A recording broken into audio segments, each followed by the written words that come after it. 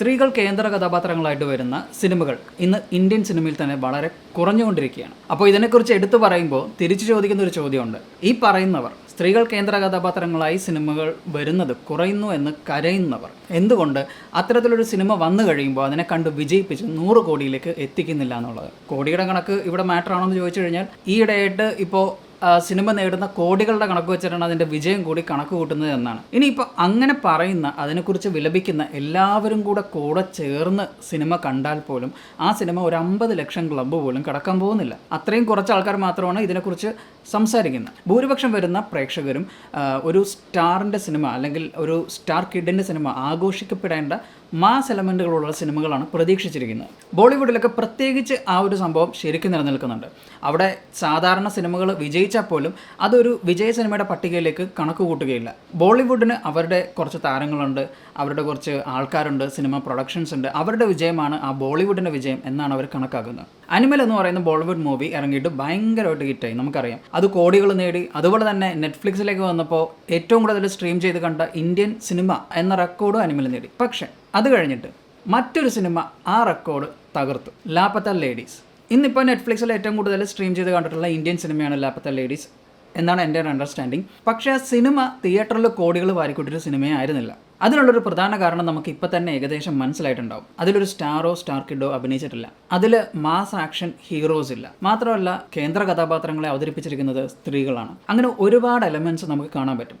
അതായത് ഈ സിനിമ തിയേറ്ററിൽ വലിയൊരു വിജയമൊന്നും ആയില്ലെങ്കിലും സ്ട്രീമിംഗ് പ്ലാറ്റ്ഫോമിലേക്ക് എത്തിക്കഴിഞ്ഞപ്പോൾ അതൊരു വൻ വിജയമായി മാറി. അതിൻ്റെ ഒരു പ്രധാന കാരണം എന്ന് പറയുന്നത് സ്ട്രീമിംഗ് പ്ലാറ്റ്ഫോമിൽ എത്തുമ്പോൾ അതിന് കൂടുതൽ റീച്ച് കിട്ടുന്നുണ്ട്. പണ്ടൊക്കെ കാസറ്റും CDs ഒക്കെ ഉണ്ടായിരുന്നെങ്കിൽ പോലും സ്ട്രീമിംഗ് പ്ലാറ്റ്ഫോംസ് എത്തിയപ്പോൾ ആൾക്കാരിലേക്ക് അത് എത്തുന്നതിനുള്ള ഈസ് ഭയങ്കരമായിട്ട് കൂടി. പക്ഷേ സ്റ്റിൽ ബോളിവുഡിൻ്റെ ഒരു വിജയമായിട്ട് ബോളിവുഡ് ഈ സിനിമയെ കൺസിഡർ ചെയ്തിട്ടുണ്ടോ എന്ന് ചോദിച്ചു കഴിഞ്ഞാൽ എനിക്ക് തോന്നുന്നില്ല. ഈ സിനിമ ഒരു സക്സസ് ആണ്. എന്നെ സംബന്ധിച്ചിടത്തോളം ഈ വർഷം ഇറങ്ങിയ, മേ ബി കഴിഞ്ഞ വർഷവും കൂടി നിങ്ങൾ കൂട്ടിക്കോളൂ, ഇറങ്ങിയ ഏറ്റവും മികച്ച ബോളിവുഡ് സിനിമയാണ് ലാപത്ത ലേഡീസ് എന്നാണ് എൻ്റെ ഒപ്പീനിയൻ. അത് എൻ്റെ പേഴ്സണൽ ഒപ്പീനിയനാണ്, പക്ഷേ എനിക്ക് അങ്ങനെ തന്നെയാണ് തോന്നുന്നത്. സോഷ്യലി ഇമ്പോർട്ടൻ്റ് ആയിട്ടുള്ള ടോപ്പിക്കാണ് ഈ സിനിമ സംസാരിക്കുന്നത് എന്ന് വെച്ച് അതിൻ്റേതായിട്ടുള്ള ലാഗോ അതിൻ്റേതായിട്ടുള്ള ഓവർ സീരിയസ്നെസ്സോ ഓവർ ആക്കലുകളോ ഒന്നും ഈ സിനിമയിലില്ല.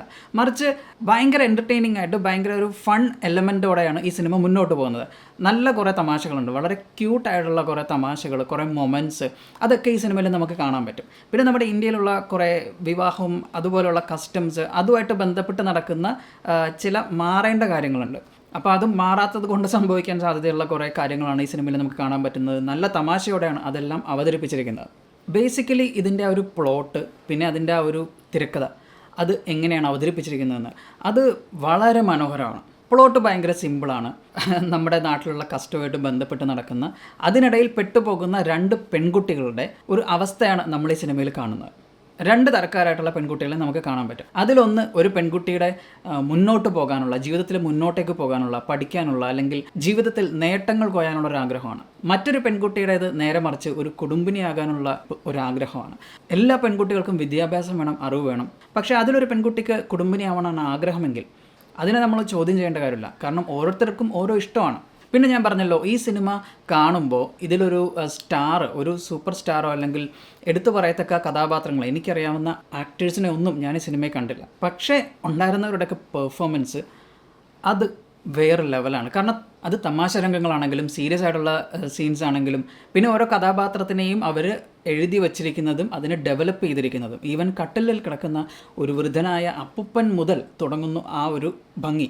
ഈ കഥാപാത്രങ്ങളുടെ ആ ഒരു ക്യാരക്ടറിസ്റ്റിക്സ്, പിന്നെ അതിൻ്റെ ഒരു പോർട്രേയിങ്, ഇതെല്ലാം വളരെ മനോഹരമായിട്ട് തന്നെ സിനിമയിൽ കാണാൻ പറ്റും. പിന്നെ ഇതിൻ്റെ ബാക്ക്ഗ്രൗണ്ട് മ്യൂസിക്കും അതുപോലെ സോങ്സും വളരെ മനോഹരമായിട്ടുള്ള, എനിക്ക് ഒരുപാട് ഇഷ്ടപ്പെട്ട 2 സോങ്സാണ് ഞാനിതിൽ കേട്ടത്. രണ്ടും എനിക്ക് ഭയങ്കരമായിട്ട് ഇഷ്ടപ്പെട്ടു. ടെക്നിക്കൽ ആസ്പെക്റ്റിൽ സിനിമ വണ്ടർഫുള്ളാണ്, ബ്യൂട്ടിഫുള്ളാണ്.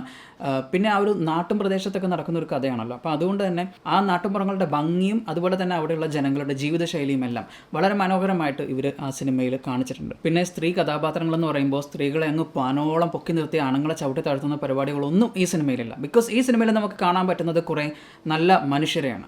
വില്ലന്മാരും ഉണ്ട്. ഈവൻ അനിമൽ സ്നേഹികൾക്ക് അനിമലിലെ നമ്മുടെ നായകന് തുല്യമായിട്ടുള്ളൊരു കഥാപാത്രവും ഈ സിനിമയിലുണ്ട്.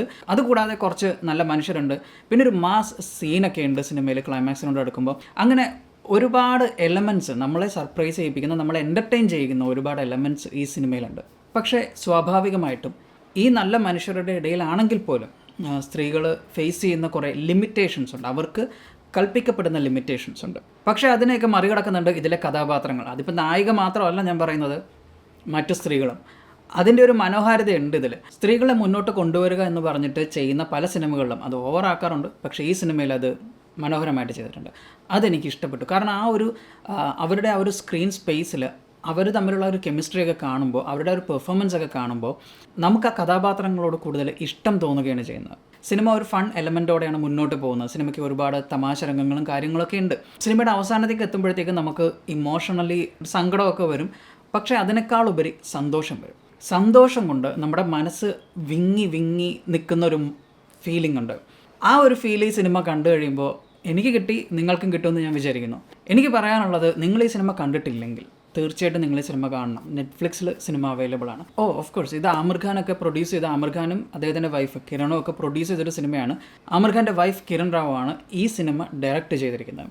And really amazing job. ഇതൊക്കെ പറയുമ്പോഴും എനിക്കൊരു കാര്യം അറിയാം. സപ്പോസ് ഇതേ ഡയറക്ടർ ഇതേ ക്രൂ ആയിട്ട് ചേർന്നിട്ട് മറ്റൊരു സിനിമയായിട്ട് മുന്നോട്ട് വരുന്നു, അതിലും സ്ത്രീകൾക്കരയ്ക്കും പ്രാധാന്യമെന്ന് വിചാരിക്കുക. തിയേറ്ററിൽ പ്രേക്ഷകർ കയറുന്നതിനൊന്നും മടിക്കാനുള്ള സാധ്യതയുണ്ട്. കാരണം ഭൂരിഭാഗം വരുന്ന പ്രേക്ഷകരും മാസ് ആക്ഷൻ എലമെൻ്റൊക്കെയുള്ള അവരുടെ സൂപ്പർ താരത്തിൻ്റെ സിനിമയ്ക്കായിട്ടാണ് വെയിറ്റ് ചെയ്യുന്നത്. പിന്നെ എന്തായാലും മാറ്റങ്ങൾ വരും എന്ന് നമുക്ക് പ്രതീക്ഷിക്കാം. ലാപ്പത്ത ലേഡീസ് നിങ്ങൾ എല്ലാവരും കാണാം, because it's A wonderful movie. കണ്ടതിന് ശേഷമുള്ള അഭിപ്രായങ്ങൾ കമൻറ്റിൽ രേഖപ്പെടുത്തുക. വീഡിയോ ഇഷ്ടപ്പെട്ടാൽ ലൈക്ക് ചെയ്യുക, ഷെയർ ചെയ്യുക. Thank you so much.